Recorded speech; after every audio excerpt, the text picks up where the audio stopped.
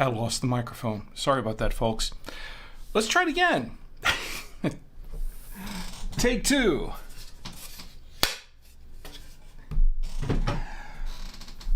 Good evening, everyone. Welcome to another exciting Saturday Night Winestream and another exciting episode of Drink with Rick. I'm Rick, and tonight we are back, and we're back with sound now. Sorry about that, folks. It's been a long time, hasn't it? It's been a long time. But we are back, we are live, and we are ready to try another wine tonight and have some more fun. Look, I know I've been out for a while, and I apologize for that. I missed you all, and I wanted to say that I really was looking forward to tonight. I was looking forward to tonight going without a hitch. I forgot to turn the mic back on, didn't I? But here we are. Here we are. And I'm glad we're here. I'm glad you're here with me. Please stick around. We're going to have some fun tonight. We are going to open a bottle of Chianti. This is one that I wanted to open a few weeks ago, but we didn't have the opportunity to do because I wasn't feeling that great, and then we took some time off. But where I'm going to open it up tonight, this is something I'm looking forward to. I hear it's a good wine, so we're going to try it and see if it's everything that it is touted to be. Also, well, let's see what else I have here. Also, we're going to pair it with some food. I have some food prepared by my lovely wife, Chi, tonight. A little bit of food. We're going to go light tonight. We're going to keep it light. We're also going to toast some national days, courtesy of nationaldaycalendar.com, Marlo Anderson's site. And we're going to tell a few dad jokes. And then, of course, it's an open chat. We've got an open chat going on here, so jump in the chats. Tell me what you're drinking. Tell me what you're not drinking. Tell me what you'd like to be drinking, or tell me what you'd like to see me drinking. And if I can afford a bottle of it, I'll see if I can try it out and drink it too. Give it a fair and an honest review. Of course, if you're joining me for the first time or the 164th time, because this is the 164th episode of Drink with Rick on the Saturday Night Wine Stream, this is a stream of consciousness kind of show. I do have my show notes. They're right here.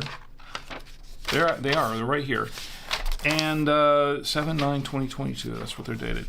But I don't always follow them verbatim. Sometimes I don't follow them that much at all, because the show is not about me. The show is somewhat about the wine, but that's just a catalyst to get us going. The show is really about you and me getting together on a Saturday night, having just a great time of the weekend, kicking back, relaxing, enjoying the weekend. And with our favorite libations, whatever they are. You can drink wine, you can drink beer, soda, water, tequila, rum, Coke, whatever you want to drink, that's fine, as long as we're drinking together. Now, we don't talk about politics, we don't talk about religion on the show. Those are off limits, because this show is not about creating discord. This show is about bringing people together, bringing everyone together, finding some common ground. And that's what wine does. Wine brings people together. And that's what we're promoting on this show. So please join in and tell me how you're doing, how your week went. I'm sure you have a lot to talk about during the last few weeks we've been off. I have a lot to talk about as well. But I want to hear about you. I want to hear what's going on with you and how you're doing. And I hope you're all doing very, very well. Let me check the chats real quick before we go any further. Let's see. And CM Cinder's in the chat. She says, encore, encore. Yeah. Thanks, CM Cinder. Yeah, I lost the audio there for just a moment. That was my fault. But I think we're all good right now. Rough start, because it's been a few weeks. It has been. Let's see what's going on any of the other chats. It looks like it's kind of quiet for right now. I'm pretty sure it's going to take folks time to find me again, because we have been out for a few weeks. And I only gave about an hour's notice before we went live, and that was because I really didn't have a whole lot of time to prepare for the show tonight. And I did the best I could with what I had to work with, the time that I had to work with. So I'm sure folks will be dropping in as they realize the show is going on. I think we've got a few, I don't know, drop frames on my end, but I think things are hanging up a little bit on a couple of the platforms. If they are, let me know. I'm having a little bit of trouble with the multi-streaming platform tonight, and it's probably for the same reason, because it's been a few weeks. So I'm paid up over there. I paid up, so they should be providing the service they're supposed to be providing. Anyway, so this is what we've got going on. I'm going to show you a little bit about the wine briefly right here. This is a Tesoro Della Regina. It's a 2020 Chianti Classico. And I'll get back to that in just a couple of minutes. In the meantime, I would like to tell everyone who is trying to find us again, you can watch me live right now tonight on Saturday night. You can watch live on YouTube. The YouTube channel is, well, you know what? I've got a, there we go. Here's a list of all the venues where we're streaming live on. You can go to the Facebook page. The Facebook page is facebook.com, and Drink with Rick is the Facebook page. The YouTube channel is Drink with Rick. You're going to have to do a search and find Drink with Rick, because this little link is a bit long, and I'm not going to read all the letters off to you. There was a time when YouTube would let you put your channel name in the channel, but apparently they don't do that anymore. Twitch is Drink with Rick 1. Drink with Rick and the number 1. All one word.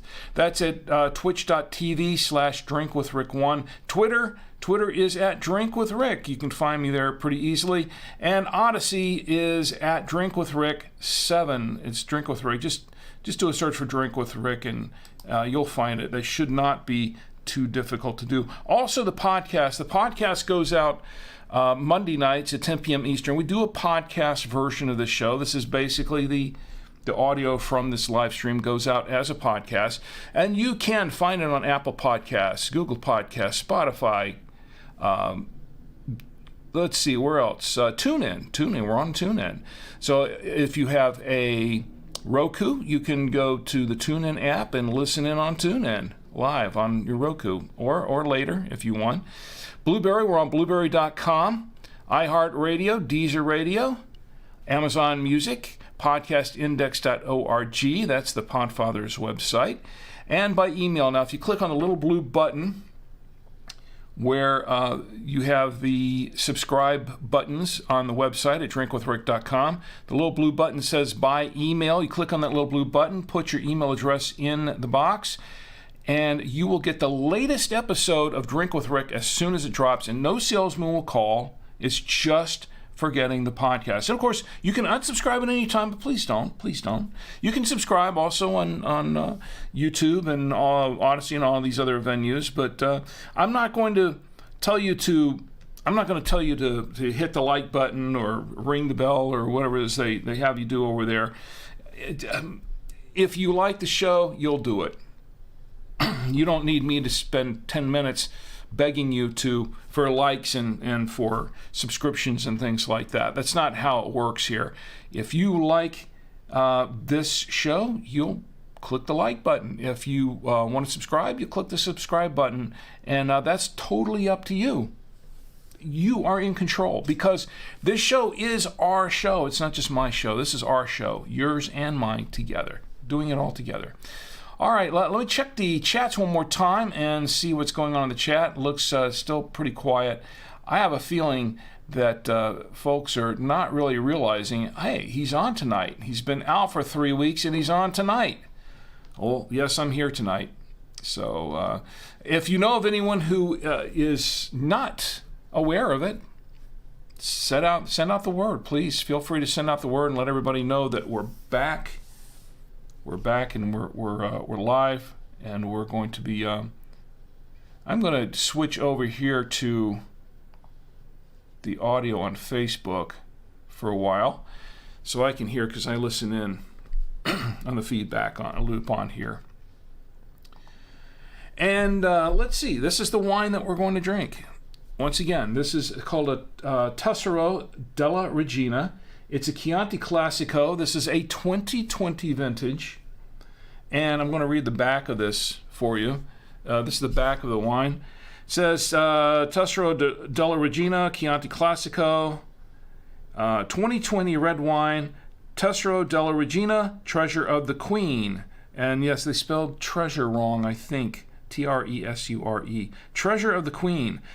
Exquisitely sculpted and balanced, the rich cherry and plum flavors of this Tuscan classic complement any Italian cuisine. True to its name, you too will treasure it. It's bottled by Canteen Bonacci, SPN, and Carrata, Italia, imported by Serenti Imports in Stamford, Connecticut. It is a product of Italy, and there is 13% alcohol by volume in this 750 milliliter bottle of wine. So that's what we're drinking tonight. So I'm going to go ahead. Let me tell you something about the wine. One reason I'm excited to be here with you tonight and getting back into the stream of things, literally, as well as figuratively speaking. But I have not had any wine. Yes, this is the first glass of wine I'm going to have, the first wine I'm going to have since May 28th. Now, May 28th, we were at Potfest in Orlando, Florida, and I did a live show on location at the hotel there in Orlando where they were hosting Potfest. And, well, that was the last time I had any wine, because right after that, on the way back, I came down with COVID. And so did my wife, and we made it back here, had COVID, and we were out for a couple of weeks with that. And then after that, I had another issue going on, and which is why I was out. The stream was out for a few weeks. It's been well over a month, almost 6 weeks since I've had any wine. Now, I have had a beer. I opened up a beer around July 4th.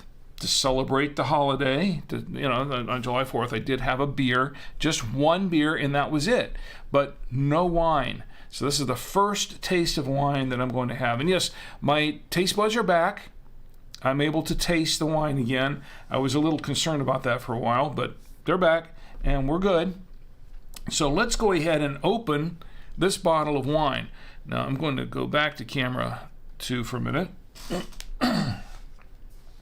And I'll get the foil cutter out here. So we're going to open up the bottle. Cut the foil here. Well, that came off pretty easily.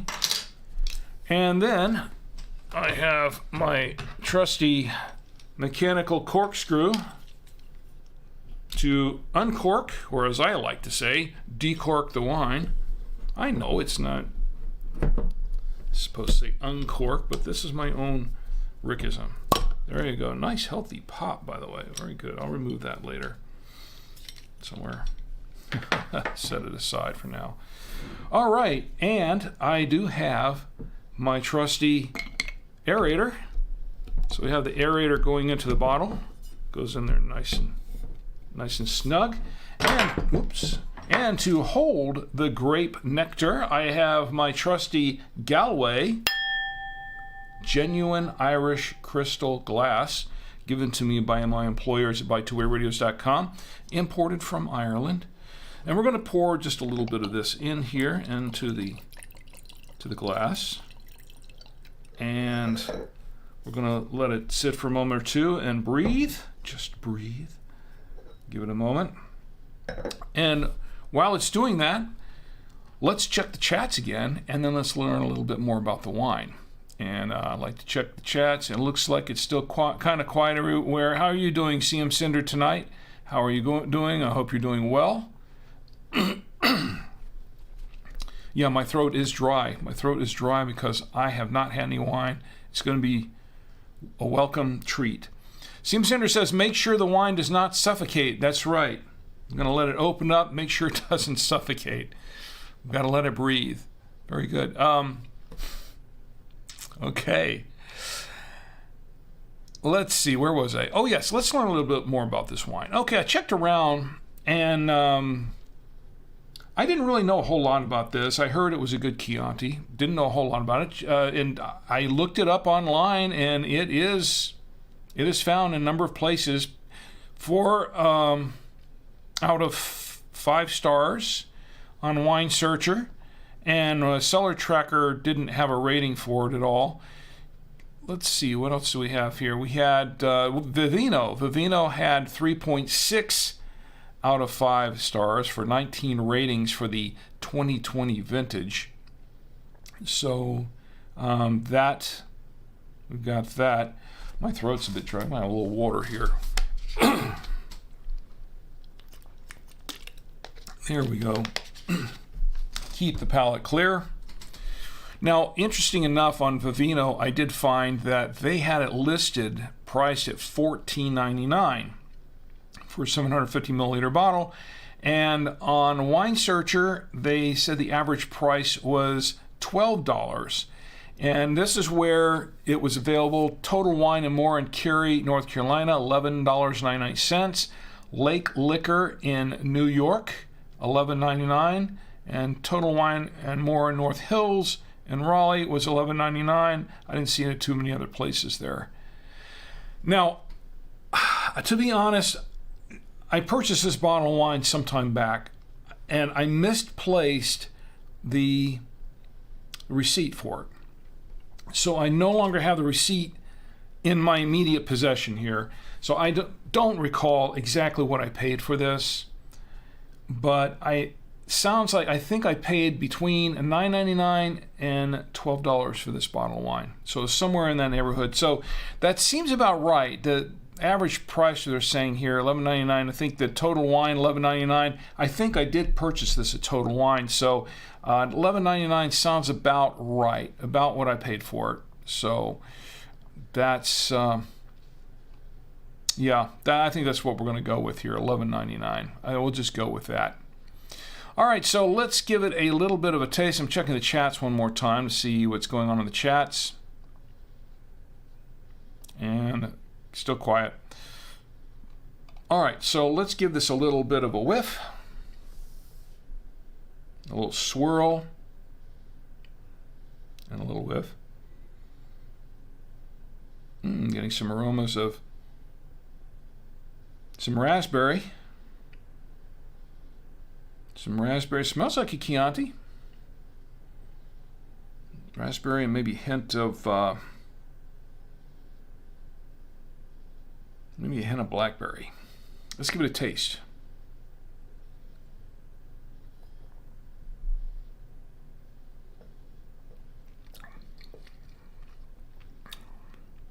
There's a lot going on here. Little cherry, raspberry, and blackberry, and I'm getting it's a little on the earthy side. Very dry wine, and it's kind of a medium-bodied wine here, but it's very dry, somewhat tannic, medium tannins. It's not overly tannic. It's not like super tannic for some people that don't like a lot of tannins in their wine. For some that do like a lot of tannins in their wine, it's kind of medium, but it's not bad. It's kind of a tasty wine. Let's see.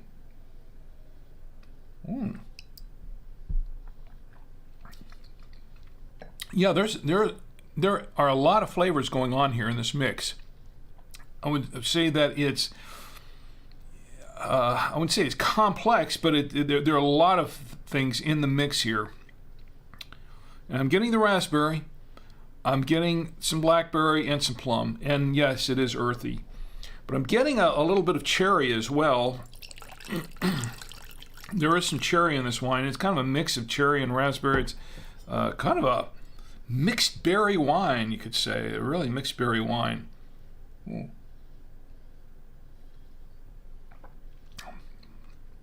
And it's actually quite tasty. I like it. A little juicy, but it's once again medium tannins. It's very, very dry, and I love a good dry wine. but it's not real heavy, and it does have a little bit of a lingering finish. Now, the finish is more of, let me try this again.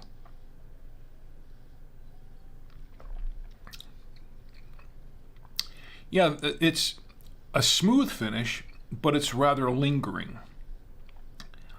And I'm getting a little leather in there, getting a little leather in there at the end, and a hint of plum. So that's kind of tasty. I'm going to have some more of this wine, as a matter of fact. Let's have a little bit more of this. I'm going to try to not overdo this tonight, because I don't want to overdo it. This may be a short show anyway, so what can I say? All right, and Barnstar's in the chat. Proper Barnstar's in the chat. Barnstar says, Ricky, hi, got here just in time for the first sip. Well, hi, back at you. Thank you for being here, Barnstar. It's great to see you. I should say, Barnstar, it's good to see you, because I tell you what, it's been a long, dry spell. I don't know if you missed it, if I mentioned a few minutes ago before I opened the wine, took the first sip. It has been about 6 weeks since I have had any wine. This is the first wine. You're looking at the first sip. This is the first wine that I've had since we left Podfest on the 28th of May. And that was the night that we did the live show at Podfest in Orlando, Florida. When we did that live show. And that was the last time I had any wine. And this is the first time since then. I'm glad to have my taste buds back. I think they're pretty much 100% now. And I'm glad to be up and about. I'm pretty much feeling 100%. I'm a little tired. I didn't get a whole lot of sleep last night. Not related to any of this. But it's great to be back. I've got my energy back. It's just, it's good to be back. It's really good to be back. And Barnstar says, thanks, Rick. I'm always excited to tune into your streams, and we're always excited to have you here. Barnstar says, oh, even better, first legit Winestream sip since. Yes, it is, and you are here to see it. Yes. Barnstar says, oh, he's talking to CM Cinder, asking how she's doing. You know what? Barnstar, how are you doing, by the way? How have you been? I want to know how you're doing these days, what you're up to, and what you're drinking. If you're drinking anything, it's okay. If you're not, it's fine.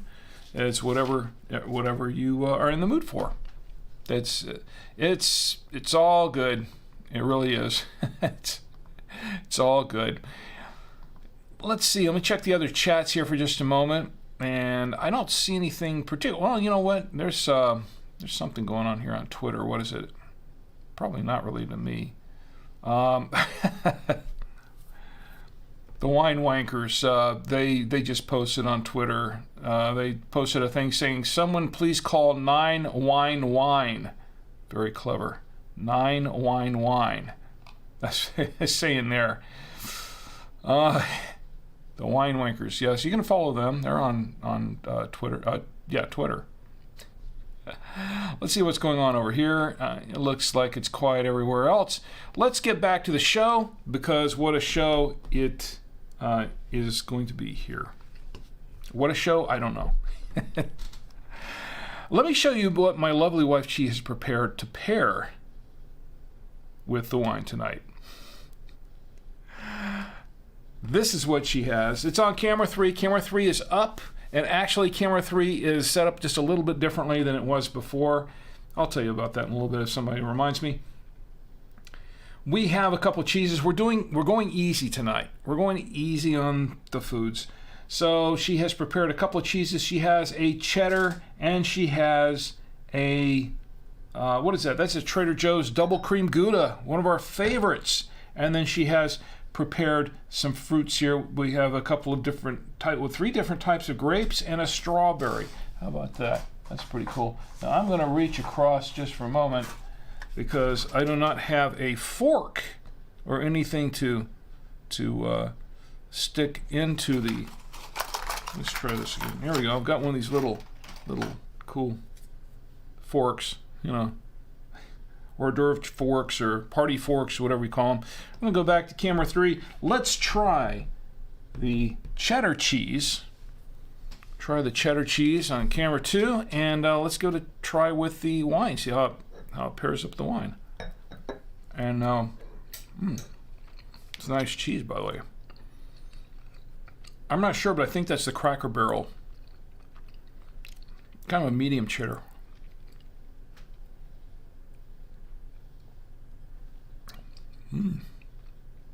Goes quite well with the cheese, I'll say that.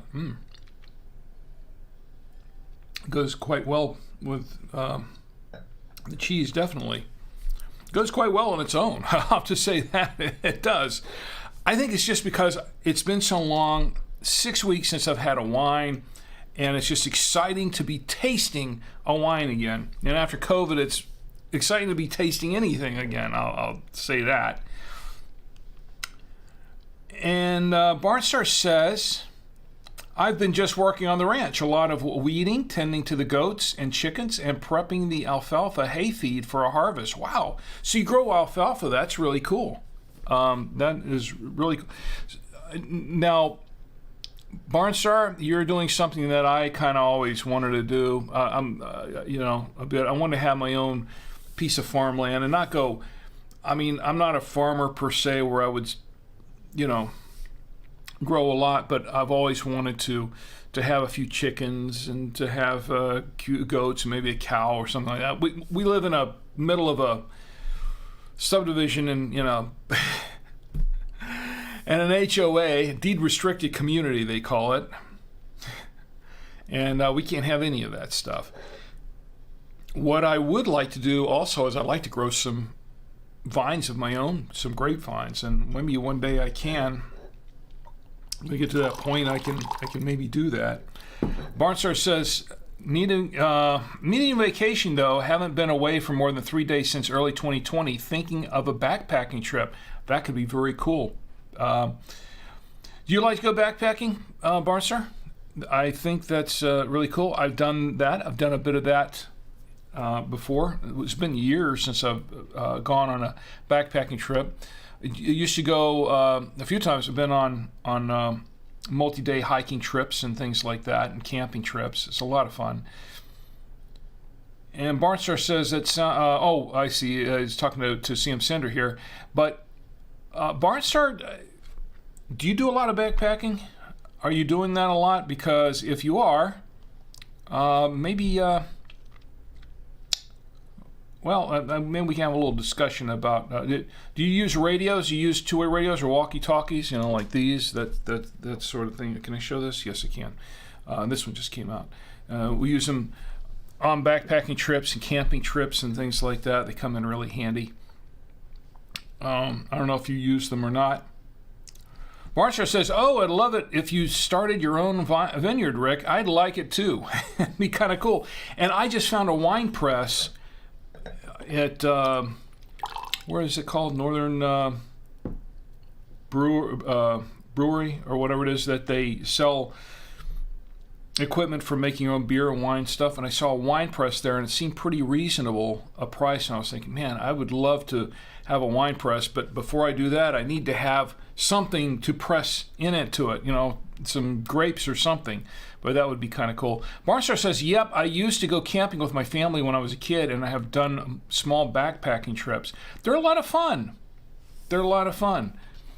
I can tell you that the last backpacking trip I went to, which was years and years ago, my friend who was with me, he and I went together and we spent the weekend backpacking across Ocala National Forest and in Florida.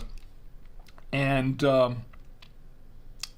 he didn't think I was having fun at all, but I was having a great time. I was having the time of my life. Yeah, it rained the whole time, and we were trudging through the swamp and the, about foot deep water, and looking for leeches and water moccasins and things like that. The whole time it was a lot of fun. But it was. I had a great time. It was a real adventure. I don't know if I could do it now at my age, but at the time it was really fun. Barnstar says, was planning on doing the Appalachian Trail before the pandemic, but had to put that on hold. Never done the Appalachian Trail, but that could be a lot of fun. I would kind of like to do that sometime. Barnstar says, can't get away for something like that now, but maybe a week or 10 days in the Rocky Mountains would be nice. The Rocky Mountains are, a good time to go is probably in the early fall, wouldn't you say? The early autumn. I'm going to clear the palate a little bit. And then I'm going to try this other cheese. This is the Trader Joe's Double Cream Gouda. And if it'll come up, there we go. And we will give this a try with the wine. I'm going to pour a little bit more of this. There we go. Let's see how it pairs. Good to have the Gouda back. It really is. Good to be able to taste it again. It really is.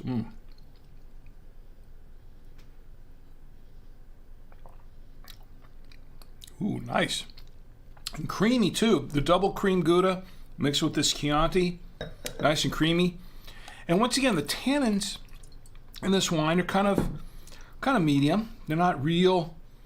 It's not overly tannic, but they're there. And I think it works really nicely with the cheeses. Now, Chiantis in general go pretty well with cheeses and pastas, some meats, meat sauces. It'll go good with a lot of those things. So Chianti is a great choice for a lot of different Italian dishes. Ricotta cheeses, things like that, you can have it with and that's a really soft cheese.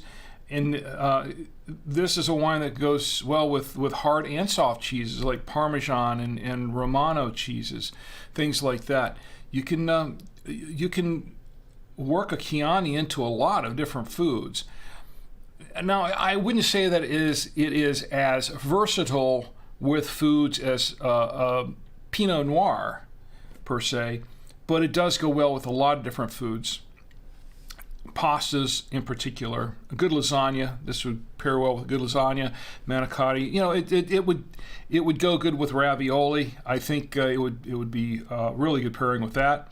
Barnstar says, okay, gotcha. Thought you and Tom were away, but haven't tuned into the streams a lot lately. So guess my Rick info is pretty outdated. Oh, did I miss something there? Oh, okay. He's replying to CM Sender. Okay. Let me check the chats here everywhere else and see. Twitch is where it's at right now. It seems that Twitch is always where it's at these days, isn't it? I should be doing more with Twitch. Now, I did have a conversation with someone recently about Twitch and this goes back to why and I know I'm looking at the wrong camera, I'm sorry. Switch back over here. It goes back to why I did not accept the agreement, the affiliate agreement for Twitch, and that has to do with the fact that Twitch requires, as part of the affiliate agreement, to stream only on Twitch during the first 24 hours. It has to be exclusively on Twitch, and then after that you can stream wherever you want, which doesn't work for this stream because I multi-stream all at once, and I can't have a one-day delay, otherwise it's not a Saturday Night Wine stream anywhere else, just on Twitch. And 1/3 of my audience, okay, now granted, 1/3 of my audience is on Twitch, 2/3 of my audience is on the other platforms. So, and whether or not they're in the chats is really irrelevant at that point because they're watching sometimes now, sometimes later, but they get in and they watch. Facebook, a lot of my audience is on Facebook, a lot of my audience is on YouTube, and people even watch on Twitter. And although they don't really tweet me there, we get views on Twitter. And if you want Odyssey as well, from time to time. So I'm losing, if I go exclusively with Twitch for something like that, which would open the door for me to be able to accept, subs and things like that would be revenue generating for the show, since it doesn't really generate any revenue at all unless you're going to buy me a coffee. And we had a few people buy me a coffee, or 2 or 3 or whatever, and it's great. It's very much appreciated. And that goes right back into buying the prizes that we give away on the show, by the way. But even though I don't use sponsorships on the show right now or anything like that, it sounds attractive, but I am not going to give up or do that to 2/3 of my audience. I'm not going to ditch 2/3 of my audience just for an opportunity to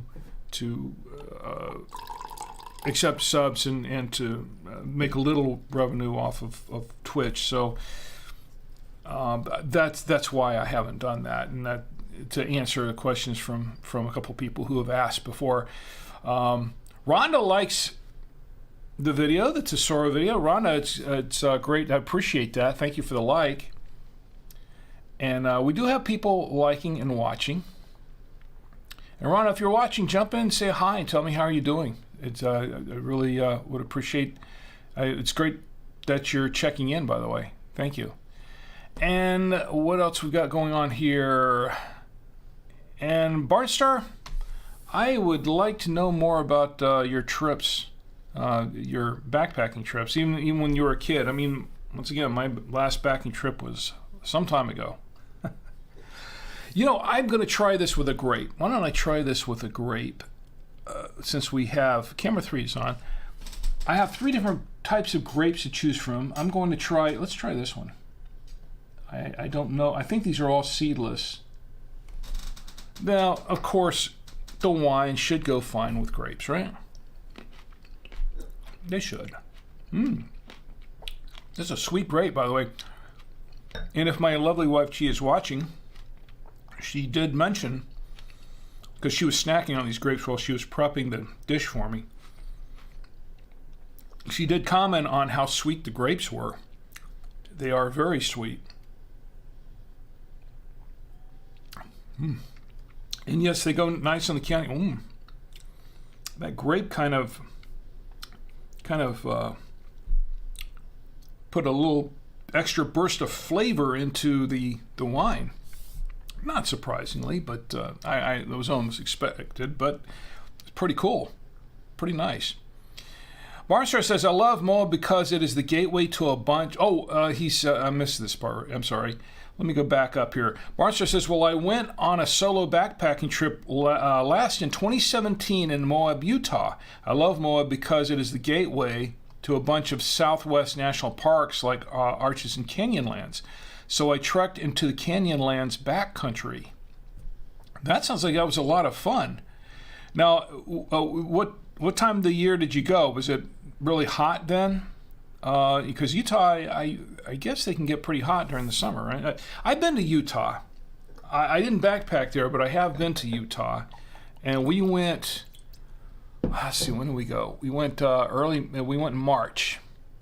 It was back in 1990.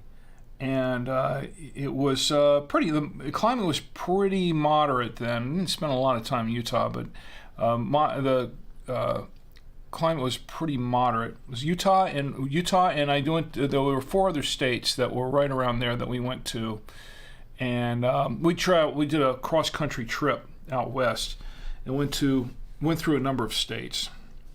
Very, very interesting experience. I really enjoyed it. I've got film. I have film from my trip, and one of these days I'm going to get it all transferred along with the other 10,000 feet of film that still has to be transferred yet, and maybe I'll show some of that in the future. We did a little hike down the Grand Canyon while we were out there too, and we didn't bring anything with us really. We just started hiking down, and we got down and then realized we should have brought something with us, like water. So we had to hike back up. Unfortunately, we didn't need to be carried up or airlifted or anything like that due to dehydration. But we're going down. Yeah, it was not very smart for us to do that. We figured we just got to hike down partway down and then come back up and turn around. Didn't realize how tough it is going back up. after you start going down. It's a really easy walk down, and then you don't really realize how far you're going down, and then all of a sudden it's like, hey, we're down just about down the bottom of the canyon, and better turn around and go back up. And that wasn't so easy going back up. We were all pretty dehydrated when we got back. It was, and they have signs posted along the way warning you about stuff like that. So, or at least they did when we went up there or down there. Barnstar says it was in late May into early June, so it wasn't too hot. The Colorado River was so full from all the runoff and snow melt. I'll bet. It was a lot of fun, and even wild camped in a bunch of places. Very cool. In some gorgeous red rock canyons with no one else around. See, there's a lot of adventure out there to be had if you go to look for it. It really is. Barnstead says, oh yeah, it can be super tiring on really hot days. They say you should drink at least a gallon of water every day. Yeah, and they warned us about carrying, you had to make sure you carry a lot of water with you, and we really didn't when we were going down there. So we learned the hard way. Fortunately, though, nobody died on that trip. It was, we made a few mistakes along the way through our trip. I've got stories about that.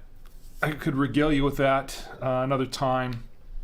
But as for now, let's see what we got going here. National days. We have some national days. We did pair it with the food. So far, this wine has paired really well with the food. I like this wine, and I can see why it gets some pretty good reviews. This is nice. This is a nice Chianti. I really like it. Let's check Facebook again, and let's check any other comments. Any other comments on Facebook? I just want to make sure I'm not missing anybody here. I have done that, made that mistake a few times. All right. Where are we? Oh, yes, national days. Okay, so we've got some national days for today. Not too many, actually. July 9th, 2022. Did you know it's national... Oh, wait a minute. I almost forgot to do something, didn't I? That's the wave. We need the wave going, don't we? We're going to toast. I've got water, wine in the glass. Here we go. July 9th, National Dimples Day. I did not do any checking to find out what that was about, but it is National Dimples Day. I'll drink to that. Why not? Because Marlo posted something. Marlo Anderson, who's the CEO of NationalDayCalendar.com, he posted something earlier, I think this morning, about National Dimples Day. And I didn't, to be honest, I didn't really read it, but I should have. Sorry, Marlo. July 9th is also National Sugar Cookie Day. I love sugar cookies. Who doesn't love sugar cookies? I'm not supposed to be eating them, but I love them. And hey, here's to National Sugar Cookie Day. I will drink to that. You know what sugar cookies go great with? Wine. Seriously. Desserts go great with wine. Cookie. Have a cookie with wine. A little sugar cookie rush. Let's see. July 10th. July 10th, which is tomorrow in 1 hour. No, excuse me. That July 10th is tomorrow, but it will be today in 1 hour. July 10th is Chronic Disease Day. That's awareness of chronic diseases, and quite a few of them. As you may know, that was one reason why we took off for a few weeks, is because I have a chronic condition known as diverticulosis, and I was I had a little bit of a flare up because of COVID. When I had COVID, it triggered a little bit of that, so I had to take a few weeks off to kind of get over that, and I got over it pretty quickly, but it was still a little scary at first, because I've had diverticulitis before, which is the flare up from having diverticulosis, and it's rough. It's really rough, and so I was able to kind of head that off and do some recovery by just kind of pacing myself and what I was eating and how I was eating it. So that helped a lot. So I'm good now, stable, but knock on wood. There we go. Chronic Disease Day. It's also National Clearahue Day. Now, do you know what Clearahue is? And I'm going to read this one. National Clearahue. Clearahue is... let me see if I can find the information on it here. I pulled it up from nationaldaycalendar.com. Okay, I'm reading this on nationaldaycalendar.com. I'm going to read this directly. This is by Edmund Clearahue Bentley. And it says, Sir Christopher Wren said, I am going to dine with some men. If anyone calls, say I am designing St. Paul's. That was by Edmund Clearahue Bentley, the man who created the Clearahue. Now, a Clearahue is a type of poem. It's a poem style. And it was created by Edmund Clearahue Bentley. He's the man who kind of created or invented this style of poetry. And it's a 4-line biographical poem. And it's supposed to be funny. It's supposed to be a bit whimsical and funny. Let's see, an English novelist, I'm reading this from nationaldaycalendar.com, an English novelist and humorist, Edmund Clearahue Bentley, July 10th, 1875 to March 30th, 1956, created the first ever Clearahue at the age of 16. And this was his first Clearahue. Sir Humphrey Davy abominated gravy. He lived in the odium of having discovered sodium. As with most poetry, the Clearahue is defined by a set of rules.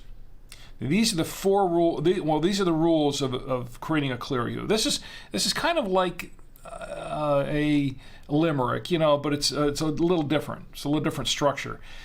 It has to have 4 lines, and it has to contain rhyming couplets of AA/BB. It has to include a person's name in the first line. The first line has to have the person's name that you're writing the Clearahue about. And then you have to say something about that person. And they recommend that it be humorous. They're supposed to be humorous. It's meant to be a funny poem, in jest. The genre of poetry wasn't limited to Bentley. Other poets wrote and published in this form as well, and still do. And there are a number of poets here listed that have created Clearahues. And it says here on nationaldaycalendar.com, I'm reading this again, like limericks, poets poke fun at people real and imagine. As with any humor, the Clearahue draws a chuckle from the reader as well as the subject of the poem. If you can't laugh at yourself and you're the subject of a Clearahue, it's probably better not to read it. If you're writing a Clearahue about someone who can't take a joke, maybe don't write the Clearahue, or write it about not being able to take a joke. Here's another Clearahue, and I'm not sure who wrote this. Nelly Belly Ha Ha danced to Lady Gaga, fell on her bum, cried in her rum. And that's what a Clearahue day. And it's July 10th, National Clearahue Day. I love wordplay. I love poems and poems. I've dabbled in a little poetry myself and limericks and things like that. So here is to National Clearahue Day. I will drink to that.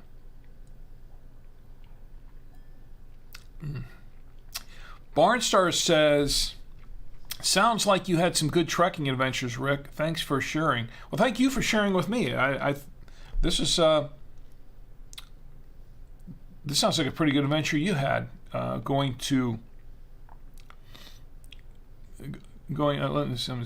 trying to scroll up here, catch all the. Here we go. All right, going to Moab and all that. It sounds like that was a pretty good adventure. I don't know if I'm catching all of the. There, I think I'm caught up there. There we go. Where were we? Oh, yes, National Days. Let's finish off the National Days real quick. By the way, here are 3 Clearahues, and this is some that I just picked up off the internet. This one is by J.M. Singh. George Gordon, Lord Byron, had a stomach of iron. He composed while quaffing wine. A claret glass saw through the line. I'm not going to read the other 2 for now. I think it's... Anyway. Oh, here's one by Timothy Brownlow. Okay, I'll read this one. This is Edmund C. Bentley, although he took life gently, gave his middle name to verse. It's like a limerick, but worse. That's by Timothy Brownlow. There you go. National Cleary-Hue Day. July 10th is also National Kitten Day. National Kitten Day. You like kittens? Some people love cats, some people don't. My wife is not a fan of cats per se. She likes dogs. She's not much of a cat. I like cats, and I like both cats and dogs, although I think I tend to be more of a dog person than a cat person. But I've had both. Growing up, we had dogs and cats. By the way, Barnstar, when I was growing up, we didn't really have a farm. We lived in a deed-restricted community in a subdivision, but it was still in development. The whole area was still in development. This was back in Winter Park, Florida, back in the 70s, mid-70s. And because of that, we had a lot of county property out there. And my dad was really, really big on, that was kind of his side thing. He wanted to be a farmer on the side. He you know, it wasn't like he was Oliver Wendell Douglas or anything like that. He was actually quite a good gardener. Oliver Wendell Douglas being the main character of Green Acres, the TV show Green Acres, one of my favorite shows, by the way. But my dad was an organic gardener. He was very good at it, grew a lot of vegetables and things like that, but he also wanted to have a bit of a farm. So he built a chicken coop, and we had chickens. We had goats. He put goats on the property. We went out and bought a pair of goats, and they had a kid. And we had quite a menagerie there. And this was in the subdivision. Now, the way that we kind of worked around that, the neighbors didn't really give us any trouble because we had a little bit of space in between the neighbors at that time. But our next door neighbor, he had a garden too. He was also an organic gardener. So he and my dad got along pretty much, as I recall. And my dad kept him and the other neighbors happy by giving them free eggs. So they didn't complain. But they could have. Now, one of the things that he did, he got away with having this garden and having all this stuff going on in our yard because what he did was he had the garden part and the chicken coop were on the other side of the fence, not on our side of the fence. We had a big fence there, a chain link fence. And he kept all that stuff including the compost heap, because it was compost heap that he used for his gardening. He kept all of that on the other side of the fence. So technically it was not on our property. It was on county property. So if the county came and said, hey, or let's say, for instance, if the HOA came and said, hey, you can't have chickens and you can't have a garden and you can't have this compost heap on the property, he would say, it's not on my property, it's on county property. And then, of course, the county, because it was undeveloped at the time, none of that land was developed, and nobody really owned the land. I mean, the county kind of fell under county jurisdiction, but the county didn't really care. So he got off scot-free on that. So he got away with it. You can't do that kind of stuff today, but that was pretty smart of him to do that. He was kind of sneaky about it, but he got away with it. Barnstar says, oh, and sorry, I didn't quite catch where you stand on your Twitch affiliate status. Are you still considering it, Rick? No, not at this time, no, I can't. Now, if Twitch ever changes their stance on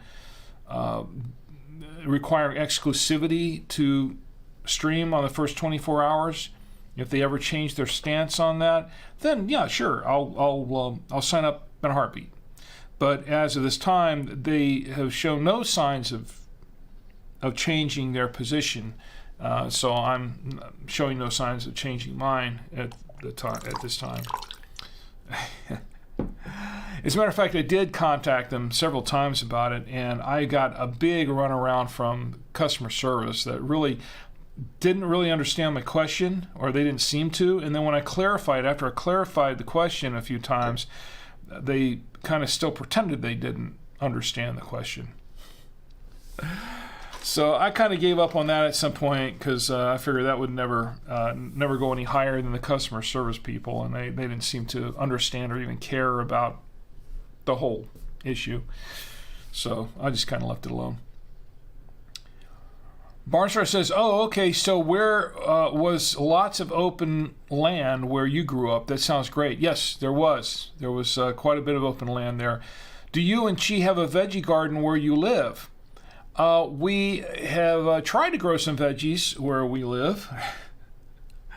First of all, it takes a lot of time and effort. As you well know, it takes a lot of time and effort to do that, and we just really haven't had the time to do it. But because we're both working full time, and we had younger kids. Now that we're a little bit older and we work from home more sometimes, I think we probably have a little more time to do it. But we did have we tried our hand at gardening. We did a little bit of that in Florida when we lived in Florida, little bit, mostly not so much veggies, but flowers, and we had a butterfly garden and things like that. It was kind of cool.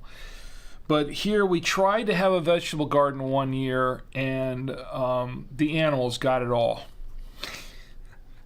We have a lot of animals in our backyard. We have a lot of wild animals, and we try to grow watermelons, we try to grow tomatoes, we try to grow a few things. And I think my mother-in-law, she was able to grow a few tomatoes back there.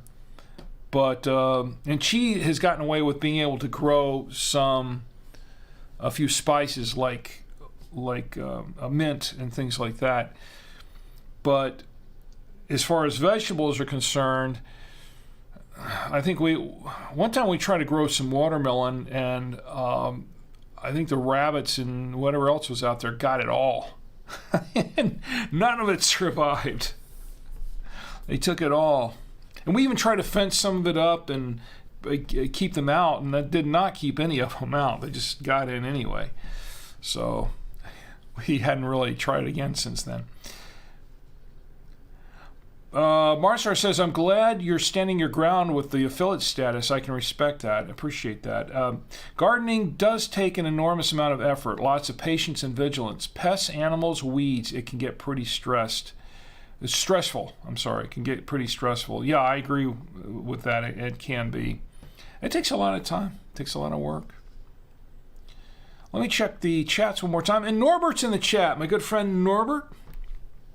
Norbert says, glad to see you're over COVID. Tag, I'm it. My wife and I both are getting over it. Oh my, Norbert, I'm sorry to hear that. So you both have COVID?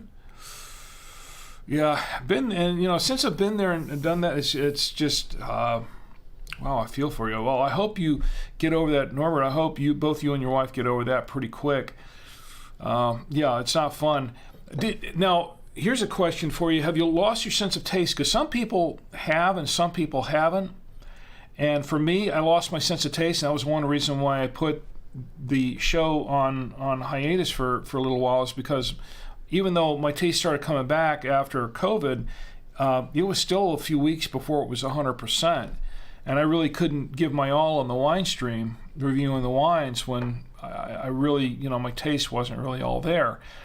I don't know if you've lost your sense of taste. Some people do and some people don't. For me, it came back fairly quickly compared to some others. Some people have told me that they've had it and they didn't lose their sense of taste at all.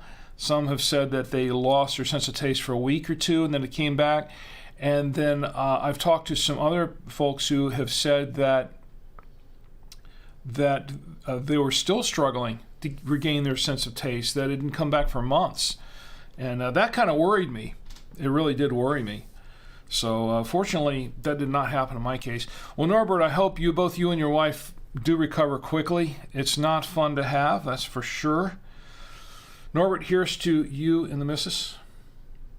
Please get well soon. It's a toast to you.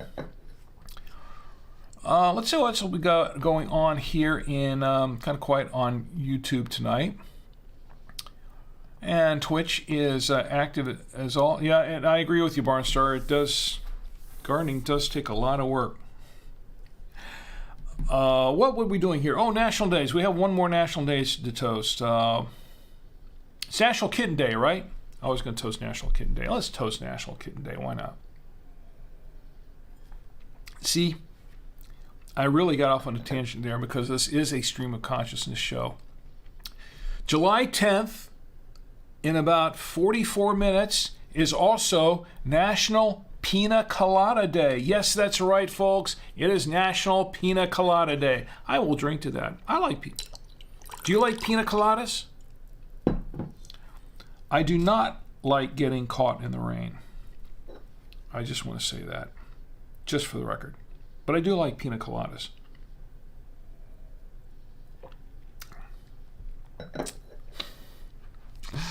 We don't want any DCMA takedowns here, folks. I can't break into song.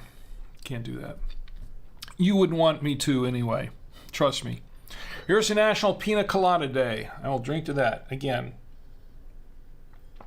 I like pina coladas. All right, I think with that, we will close out the national days for the week. And once again, this is what we're drinking. We're drinking the Tesoro Della Regina. This is a Chianti Classico. This is a 2020, 13% alcohol by volume, and I'm really enjoying this wine.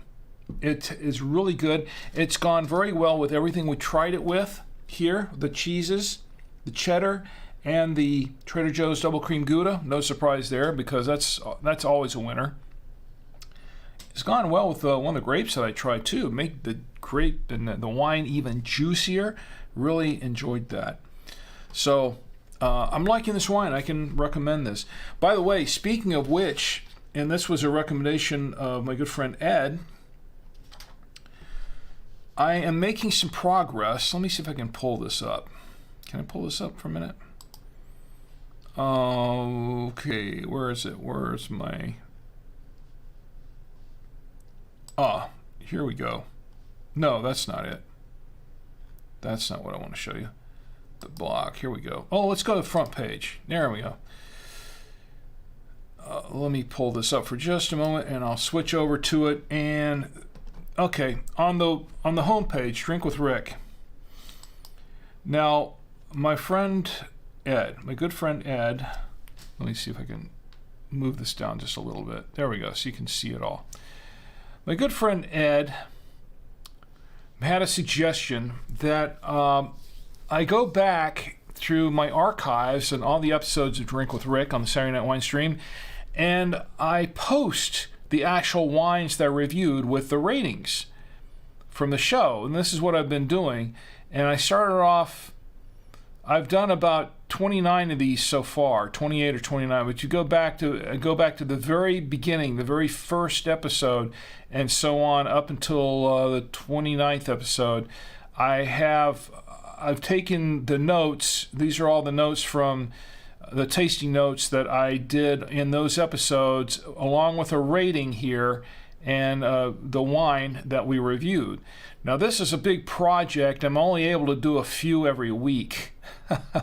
I tried doing a marathon of them the first... I don't know what's going on there. Oh, that's the live... That's the actual live episode there. So I tried doing a big marathon to try to knock out like 40 or so the first week, and I realized right away what a huge Herculean task that was. So I went, I kind of took a few days off, and then I just got into doing, well, I'm going to do one a day from that point on. So it's going to take a while for me to get them all up, because we're now to episode 164, so I still have 120 of these things to do. More than that, actually, 130 some odd to do. So, that's even worse. But it's going to take a while, but I'm going to get those up. So you can go back and look and through the archives and see what wines I've reviewed and what their ratings were. So if you're interested in trying any of those wines, then you can do that, and you can see whether I liked them or whether I didn't, or how much I liked them or didn't, that sort of thing. And it was a good idea. It was a great idea, and Ed, I thank you for it, by the way. If you're watching now or later, I don't know if you're in the chat now, He might be popping in the chat. Usually about this time he starts to pop into the chat this time of the night. So let's see. Did I knock off audio? There we go. So that's the project I've been working on. So when I was out for the 3 or 4 weeks that we were out here for the Winestream, I was not idle. I've been busy. I've been working. I've been working on the website itself. Still bringing you quality content as much as I can, such as it is for the Saturday Night Winestream. So there you go. All right, so we got... Oh, yeah, I was going to tell a few dad jokes before we sign off here, weren't we? Oh, yes. Let's do a few dad jokes. Everybody ready for some dad jokes? It's been a while. Tell some dad jokes. Okay, so I'm going to move this plate off of here. And this is what we're working off of. I'm going to go back to camera 3 for a minute. We're working on this. A daily dose of dad jokes. You've been warned. 365 truly terrible wisecracks. This is by Taylor Kalmus and Peter L. Harmon. And I'm going to read a few for this week. Let's grab this for a minute. Move the wine. And let me see. What's today? July 9th, right? Okay, we got July. This is July. And let's go to July 9th. Let's start with July 5th. Let's see, July 5th, 5th of July. A guy without any experience applied for a job at a restaurant. The manager asked skeptically, why would you be good at this job? The guy thought about it and said, well, I could bring a lot to the table. I didn't have any of my, there we go. Okay, let's see. July 6th. I'm worried about the math teacher holding graph paper. She's definitely plotting something. That earns a rim shot too. July 7th. Where do you learn to make ice cream? I'll let you think about that one for a moment. Where do you learn to make ice cream? In Sunday school. Yes, in Sunday school. July 8th, which is today for another, what is it, another 42 minutes, 46 minutes, I don't know, my list, something like that. July 8th, did you hear about the steps everyone couldn't stop looking at? It was a flight of stairs.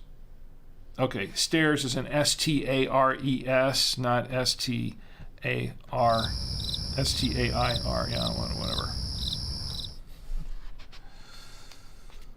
July 9th. Wait a minute, it is July 9th, isn't it? Did I say it was July 8th? That was yesterday. July 9th, which is today for a few more minutes. What do you call a shoe made out of a banana? A slipper. I don't have a July 10th. What did the fisherman say to the magician? Pick a cod, any cod.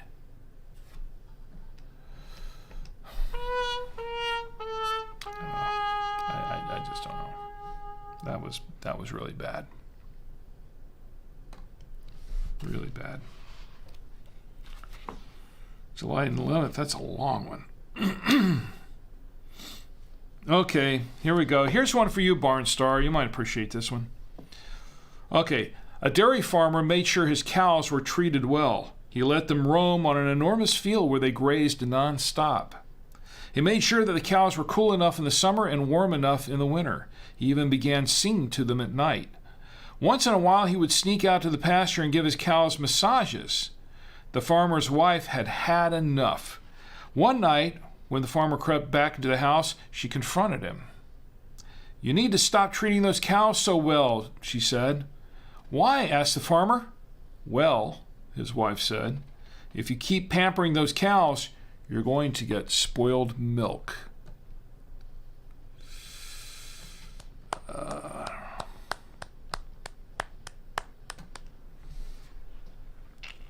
That wasn't, I didn't like it. Okay, here's one for you. 12th July. How many apples grow on a tree? All of them. Yeah. I've got one more here. Here's the 13th, July 13th. What did the modest stoplight say to the car? Don't look, I'm changing. Okay, we'll go with that one. You gotta have one with some applause in it, right? All right, that's enough dad jokes for tonight. Send in your best dad jokes to me and at rick@savoyamedia.com, rick@savoyamedia.com. And if I read it, you could be eligible to win a copy of one of these dad joke books right here. There you go. Let me know. By the way, I've got something else that I think is of interest. I think that you'd really like. I offered this last month, and I'm going to do it again because I've got a bunch more of these things. I got more of these things to give away, more than I thought I did, more than I thought I would have. So I'm going to offer this deal to you. If and those of you who have received some in the past, you know what these are. These are the Drink with Rick coasters. Drink with Rick coasters. I give these out usually when people win stuff on the show, and they're very durable coasters. They're really, really great. Drink with Rick coasters. Now here's what I'm going to do as a special deal. And let me see if I can pull up the. Here we go. All right, here's what I'm going to do. Just for the month of July, because I have a lot of these to give away, I can do this. For the month of July, I'm going to offer this. I will give out 2 free Drink with Rick coasters to anyone who sends me a self-addressed stamped envelope. Now, you got to be in the United States. That is one thing. I can't ship outside the U.S. right now. But if you're in the U.S., you can send me a self-addressed stamped envelope, and I'll tell you where to send it. Savoya Media Coaster Offer, 6420 Ray Road, REA Road, Suite A1, number 209, Charlotte, North Carolina, 28277. I'll read that again for those listening to the podcast. It's Savoya Media Coaster Offer, 6420 Ray Road, REA Road, Suite A1, number 209, Charlotte, North Carolina, 28277. Now, here are the rules. Limit 2 per person. They have to be from the continental U.S. only. What you do is you send a self-addressed stamped envelope to me. You just mail out the envelope. And what I'll do is I will take your envelope that's self-addressed and stamped, and I will put 2 Drink with Rick coasters in the envelope, seal it back up, and mail it right back out to you. And you'll have 2 free coasters there. And that will be until July. It's got to be postmarked by July 31st. Okay, while supplies last. Now, if I get a run on these and I run out of them, it ends when I run out of them. Once again, as long as I have them to give out, I will give them out for free. Once they're gone, they're gone. So if you want a pair, send in your envelopes, send your self-addressed stamped envelopes to me. The sooner the better. So that's what that is.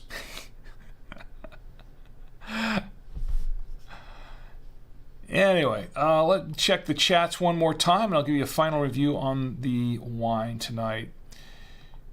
Let's see. We got the chats. I'm glad you're here, Norbert. I hope you and your wife are going to recover quickly.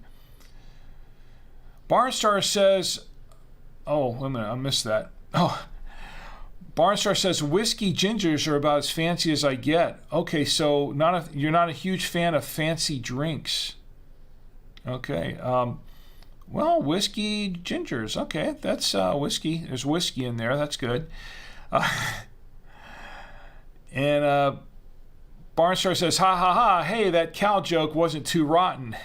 You don't think so? Yeah, it was a long one. It was a really long one. It was a real long setup for the punchline. Barnstar says, if I ever bury a time capsule, one of your coasters is definitely going in there, Rick. I'd still have 3 extras to fawn over. Yeah, you have a few of these, don't you, Barnstar? You do. And a lot of people have these. People love them. And I get some great feedback from folks saying how much they really enjoy the coasters. They really like those. And for a while I ran out of them. And when I went to Podfest, I had some more made up to Podfest and gave out a bunch of them at Podfest, and people really liked those. So, but I brought back, I saved some, I had some set aside for you, everyone watching the show here, to give away after I got back from Podfest. But then I brought a few extra back from Podfest with me. I had a few left over, and I had them stashed. What I did was I had like 2 stashes. I had one stash for some of the events I was going to do there, and then I had another one stashed in a different backpack, and then I forgot that I had those in that second backpack. So when I opened it up and I thought, oh wow, I brought it home and there were these, so I had a few more that I could add to this pile. So that's really cool. So I'm glad I've got those. Anyway, so here's the final review of the wine tonight. The final review is, this is the let me see if I got this thing. Here we go. The Tesoro. Boy, I can't talk anymore. The Tesoro Della Regina. This is a Chianti Classico. This is a 2020 wine, and this is 13% alcohol by volume. And it is, I'm thinking this is a fabulous Chianti. I really enjoy this Chianti. Really, really good wine. This is, wow, what I'm tasting in here, I was tasting raspberry and some blackberry and a little hint of plum at the end. And it's a little, it's starting to taste a little smoky now. A little hint of leather going down as well. But really fine wine, medium tannin, medium bodied, easy drinking. This is an easy drinking wine. I think you could drink it by yourself, but I think this would pair really well with a lot of different foods, particularly Italian foods. No big surprise there. It went really well. Whoops, I got all this stuff turned on, don't I? I still have the, well, while it's up there, you guys might as well catch that let me go back here and turn this stuff off. There we go. All right. I forgot to turn stuff off here. Yeah, I know. I've got these little glitches because I do not have a producer doing this for me tonight. I got a little spoiled at Podfest having Tommy being the producer on the other end, so I didn't have to think about all this kind of stuff. But now I'm producing all this stuff myself, and I'm having to coordinate everything all at once. Okay, what were we looking at here? Oh yes, we were looking at the cheeses. It went really well with the cheddar. It went well with the Trader Joe's double cream Gouda, and it's gone pretty well with the grapes. I only tried it with the really dark one. I didn't try it with these. I didn't try it with this. They are sweet grapes.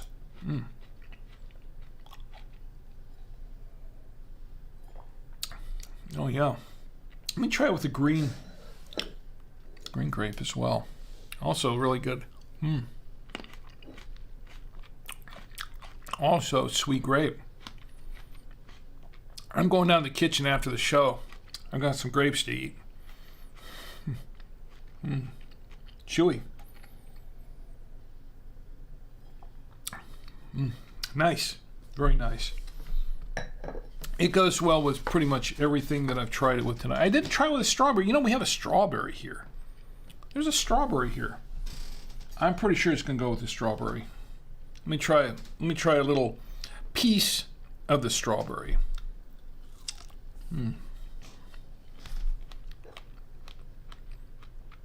Anything berry, I think this one will go with.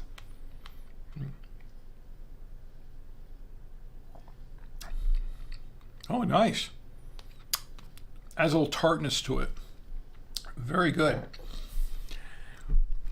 Speaking of strawberries, here is a quick little recipe that you might want to try if you like recipes for desserts that involve. This is a very simple recipe, very easy to make dessert that involves wine.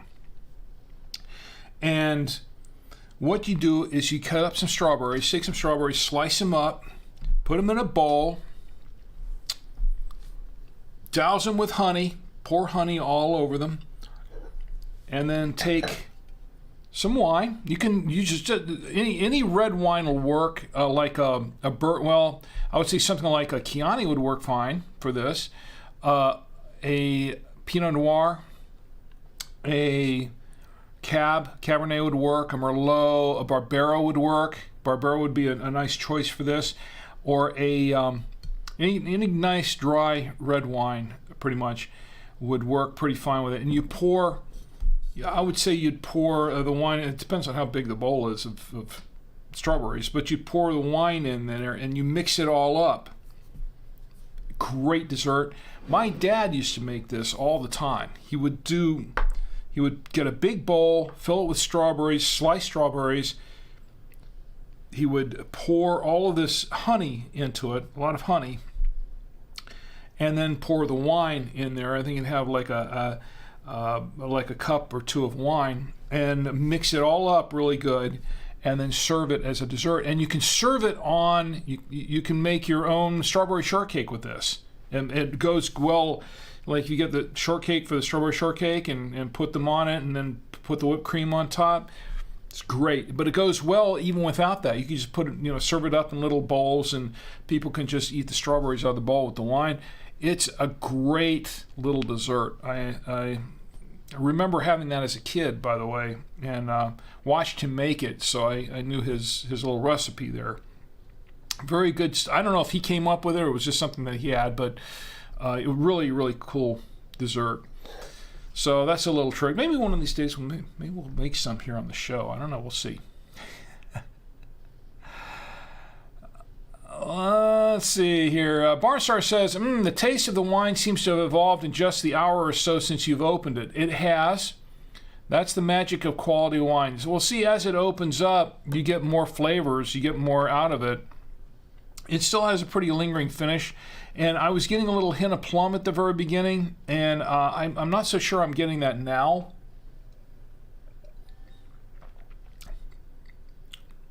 Yeah, I'm not so sure I'm getting that now. But I was getting a lot of other things, and a little bit of leather there also. I wouldn't say this is complex, but there's a lot of berry going on here in this wine, and it's a lot to like about it, actually. So yeah, it does change over time as you open the bottle, as it has a chance to open up and breathe, and as you get down into the bottle, it does change. And that's why I say that you can't really tell, if you got the trained palates of the sommeliers, I suppose you can. Really trained palates, they spend decades training.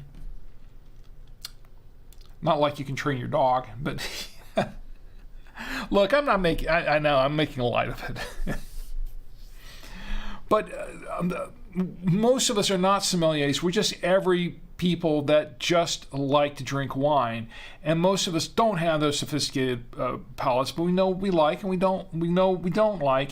And here's the thing, that you just don't get a true sense of the wine by just a quick little taste test. Most of us don't. The 99% of us don't. With the untrained palates, you kind of have to really taste the wine, and you have to get down into the bottle. And as you do that, anyway, as the wine opens up, and as it gets that oxygen in there, the taste is going to change. It's going to change a little bit. Sometimes a little bit, sometimes dramatically. But Barnstar, you're right. That's the magic of quality of wine. And he says, ha ha ha, your follow-up wine stream, Rick, after hours snacking in the kitchen. Yeah, I could do that. It's bad enough I try to sneak down there when my wife is asleep, so she doesn't know I'm in there He says, you don't seem to be losing weight much, Rick. And I'm like, I wonder why. Barnster says, hey, you'll get no argument from me. There are so many varieties of wine, and that's what makes it so diverse and enjoyable. And that's true, absolutely. Here's to you, Barnster, by the way. CM Center, are you still with us here? I think, anyway, so we're going to close it up now. That's my final review of the wine. I think I give this 2 thumbs up. At least 4.5 stars. I don't know if I'd give it a perfect 5 stars, but wow, this is a good Chianti. Okay, once again, I'm going to reiterate this, as I mentioned at the very beginning of the show. It's been 6 weeks since I've had any wine. So it is quite possible that, in fact, it's quite probable that a lot of my review of this wine, the fact that I like it so much, may be skewed somewhat because of the fact that I haven't had any wine that long, and I'm just enjoying the experience of having wine again.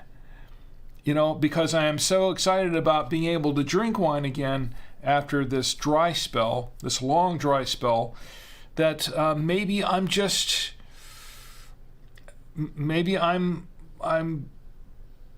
looking past any of the flaws or the shortcomings of the wine. I don't know. It could be. It could be quite possible. But I don't think so. I think I'm just enjoying this wine just on the merits of the fact that it's actually a pretty good wine.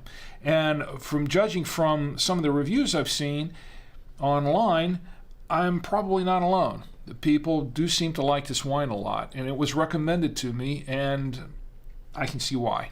I like the wine. So there you go. There's my final review on this wine.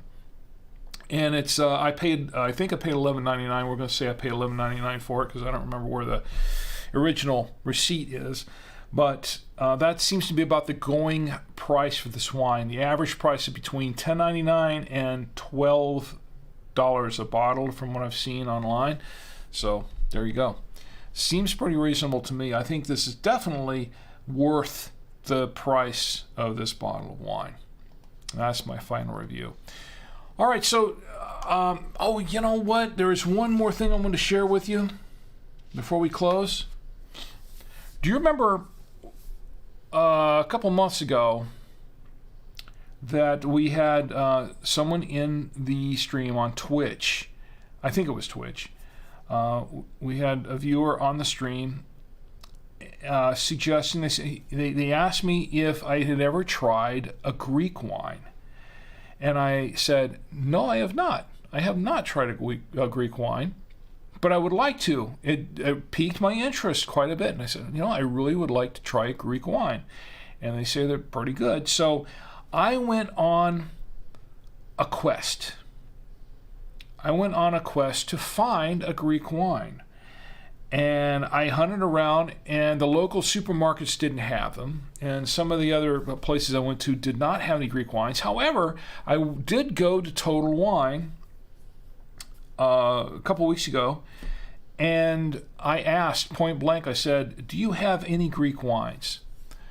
And the first clerk I talked to said, well, we don't have a section for Greek wines here. We just don't we don't have a section for them. So I can't direct you there. But he said, this lady over here in the other aisle, she might know where you might be able to find one. So we walked in and asked the other clerk there in that aisle.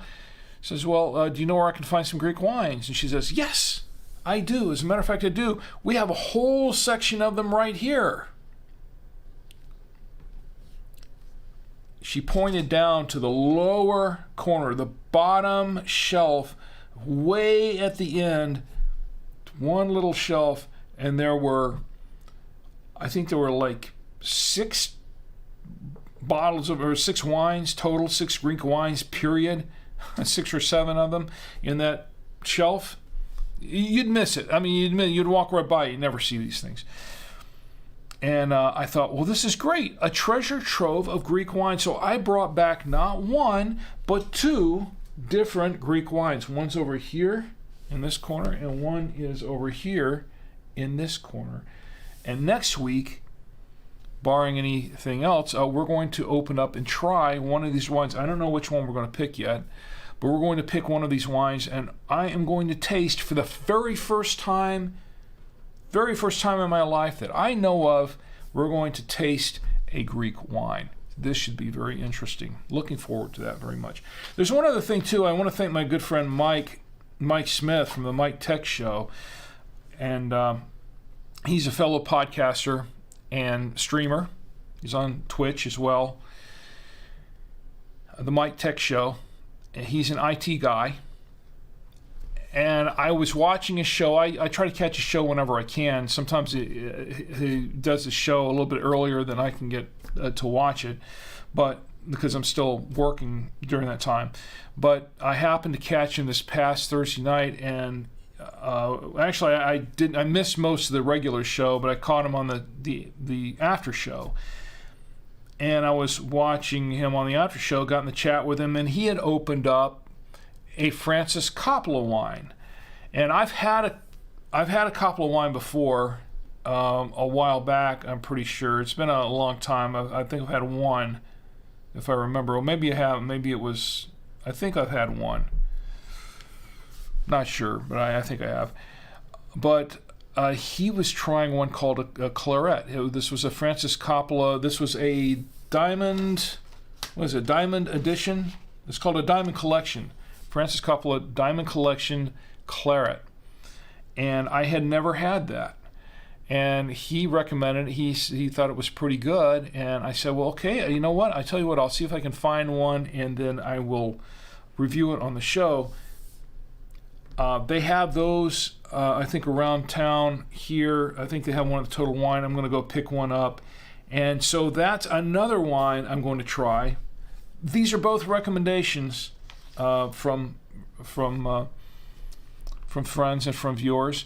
So I do take recommendations. I do take requests. So if you have a request, if there's a particular wine that you like, or if you're a vintner and you want to send me a wine to review, and I will give it a fair and an honest review, you can send it to me at the same address that I showed at the beginning of the show. Or you can email me also for the address. Email me at rick@savoymedia.com, rick@savoymedia.com, and I will be happy to receive it and give it a fair and an honest review. So that does it for the show tonight. Oh, wow, what a show it's been. I want to thank everyone for joining me here tonight. I want to thank my good friend Norbert for being here tonight in the chat on Facebook. And Norbert, I hope you and your wife recover very quickly, and I hope you're doing very well. I've got to change that to I really, COVID's just terrible. It's just a horrible thing. And Barnstar says, you quested for a Greek wine and found some. Yes, I did. It took me a while. Barnstar also says, okay, Sim Center says, I'm still here. I'm glad you are. Barnstar says, thank you, Rick, and I'll toast you right back at you. Thank you, Barnstar. You and a new golden age of your streams after this dark period. Was it that bad? Was the dry spell that bad? It was for me. I'll tell you that much. It was for me. Barnstar says, was a pleasure hanging out with you during your triumphant return to Wines, Rick. Well, it was a pleasure and an honor having you here, Barnstar, and it was an honor having all of you here. Thank you once again, Norbert, for being here tonight, and Barnstar, thank you for being here, and CM Cinder, thank you also for being here, and everyone else who was watching but was not necessarily in the chats, because I see folks watching but just not in the chats. Thank you for watching. Thank you for hanging out with me tonight. I really do appreciate each and every one of you. At this time, the end of the show, there is one more person. There's one more celebrity I'd like to bring out, if he's available. And I think he is somewhere down there, waiting in the wings and the dredge. Where is it? Well, I'm looking for something here. What am I looking for? Oh, yes. I've got to bring out my good friend and mascot, Roadkill Bill. Yes, Roadkill Bill. It's that time of the show for Roadkill Bill. Yes. Roadkill Bill, who is Roadkill Bill, with a message for everyone. Please do not drink and drive. Drink in the comfort of your home, your office, your hotel room. Well, not the office if you're working. That's not good either. Drink in the comfort of your home, your apartment, your hotel room, your dwelling, wherever you are. Do not drink and drive, please. Stay put. Just call an Uber, call a Lyft, call a cab, call a friend, or just stay put. It's probably the best thing to do. Please do not drink and drive. Think of others as well as yourself.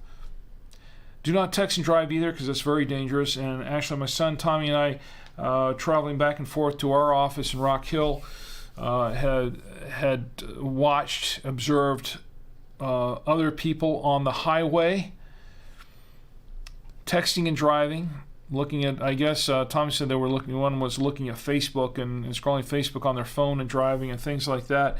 Extremely dangerous stuff. Please don't do that. It's very dangerous. But I know I'm talking to the choir here, because I know that you watching me now you don't do that. This is just a public service, a general public service I do. Thank you, Bill. Until next week, to the floor with you. Look, because I care about each and every one of you. Please have a great week. But most of all, please have a safe week. So you can join me here again next week on the Saturday Night Winestream, and we can all get together and drink with Rick. Good night.